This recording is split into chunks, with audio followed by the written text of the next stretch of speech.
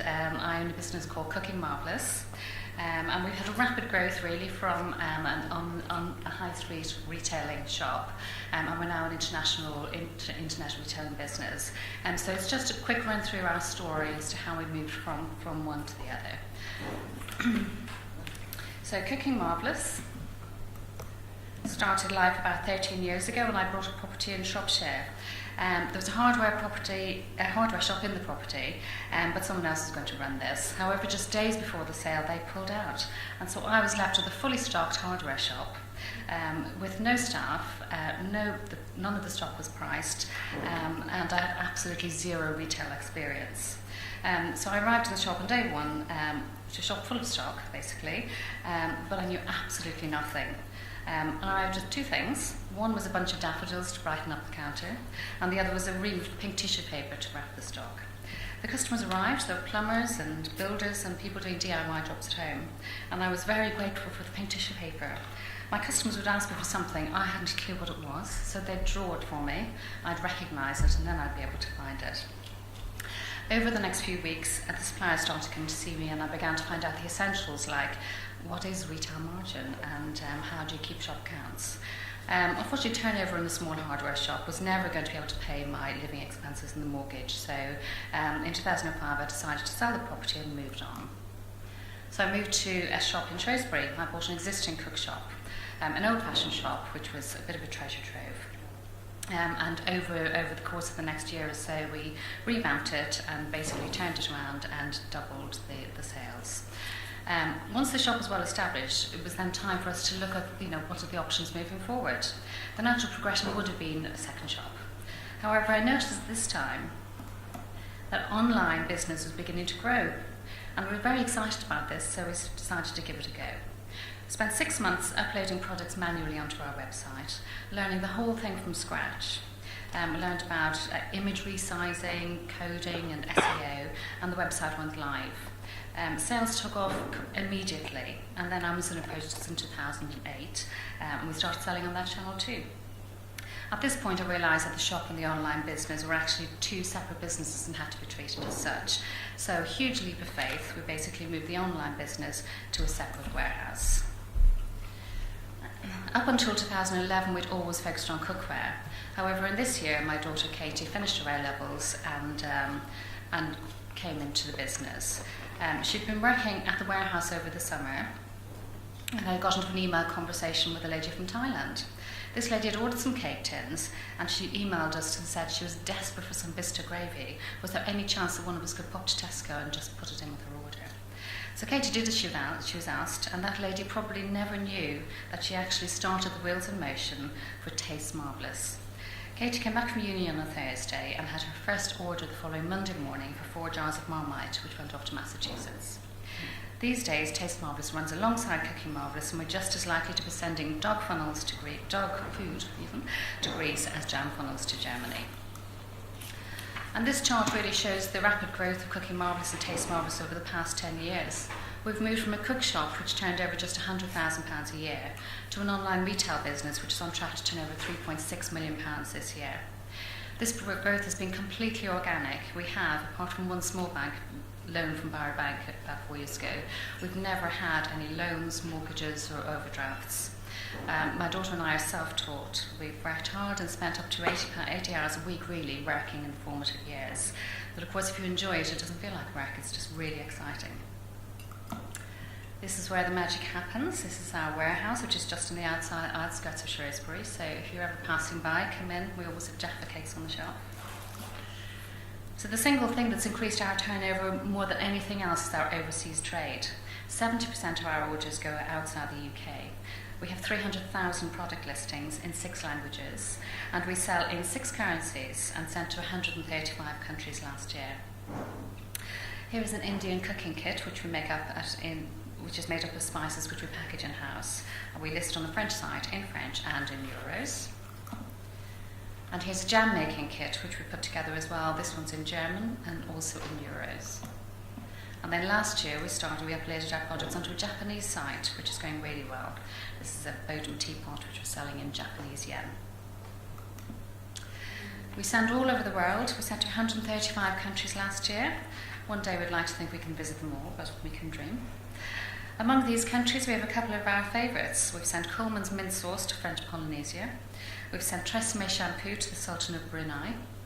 We've sent baby milk to Guy Ritchie on location in Italy, and a case of Iron Brew to Justin Bieber on behalf of the Scottish MP who somehow managed to offend him. My personal favourites are curly whirlies to Saudi Arabia and 20 bottles of soy sauce to Japan, of all places. The Cooking Marvellous team packs 1,000 or so orders a day, more during October to December. We also have a team of people that list the products and support the customer. This is a really process-driven operation. As the business grows, our processes change to accommodate increased orders. We're very proud to have kept up to date with technology, and I'd like to think this is something that sets us apart from the competition. Only 2 years ago, we used to do all of our product uploads manually in front of EastEnders. However, now everything's automated and we upload thousands of product listings at a time by CSV file. We have a small but concise IT team. Where we'd be without them is hardly bears thinking about. Accurate stock control is absolutely critical. With 300,000 product listings, if we didn't have a fully integrated stock control system that showed live stock across all the sales channels, we'd get into trouble selling stock that we didn't have very quickly. We keep tight control of our stock holdings, checking our figures every single Monday morning. We used to take advantage of supplier offers and bulk buys, but these days it's much more profitable and space efficient to keep that stock in the supplier's warehouse rather than ours. We now order on a just-in-time basis, ordering 3 times a week from our main suppliers. Our stock is kept in the warehouse in numbered bins and locations so the pickers can easily find it. We print our orders in batches of 40, and the pickers use a pick list which is in location order so they can pick without retracing their steps. We have a small packing team, and our benchmark is 37 orders packed per person per hour. Our best packer can pack 68 parcels an hour, fueled only by tea and homemade cake. We work on the Japanese principle of Kaizen, which is the process of continuous improvement. Did you know if you move the sellotape dispenser 5 centimetres closer to you, then you save 0.2 seconds on every order, which is 4.5 hours saved a year per packer. It all adds up. We dispatch about 1,000 orders a day, majority of them leaving by Royal Mail. Each of our orders are barcoded and scanned off by our in-house post team, which then triggers an automatic email to the customer in their own language to notify them that the order's been dispatched. We sort all of our parcels to the nearest airports, such as San Francisco, Adelaide, or Dusseldorf, to name a few. This means they go directly to Heathrow rather than going to the local sorting office, which speeds up delivery times too. Our efficient packing and dispatch operation means that if a customer from New York has a craving on a Monday for Mr. Kipling Angel Cake, then that craving will be satisfied by Friday. So you couldn't ask for a happier customer. Customer service is, of course, key to the successful business. We aim for dispatch on the day or the day after the order is placed. Customers mostly communicate with us by email, and our team aim to answer all messages within 4 hours. We communicate with customers in the language of their originating order channel, so our team answers emails in French, German, Italian, Spanish, and now Japanese as well.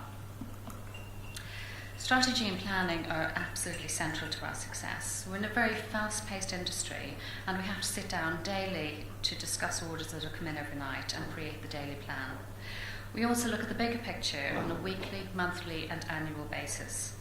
However, we've always been aware that we could have been swallowed up by doing things, so our formative years we had a growth day every single week. Every Wednesday we turned off the warehouse lights, shut the door, and only allowed ourselves to do things that would grow the business. This has meant that everyone was dedicating 20% of the working week every week to growing the business. There's a popular misconception that online retail exists to give customers products at cheap prices. This is something we've stepped away from completely. We offer customers quality product, speedy delivery, and good customer service, and our customers are happy to pay the market value for that. We are a bricks and mortar business. We have a warehouse full of stock, we pay rates, and we have 15 full-time employees. We have just as many overheads on the online side of the business as we did in our shop. So if you're compromised on margin, or if we started offering free postage, our profitability would shrink. We never ever sell it below full margin. If products don't sell at full margin, then we stop selling them. We're constantly checking our productivity. We monitor packing speeds and costs, and we know exactly how much an average order costs to pack and dispatch. This cost has to be reflected in postage and packaging. There's no such thing as free postage.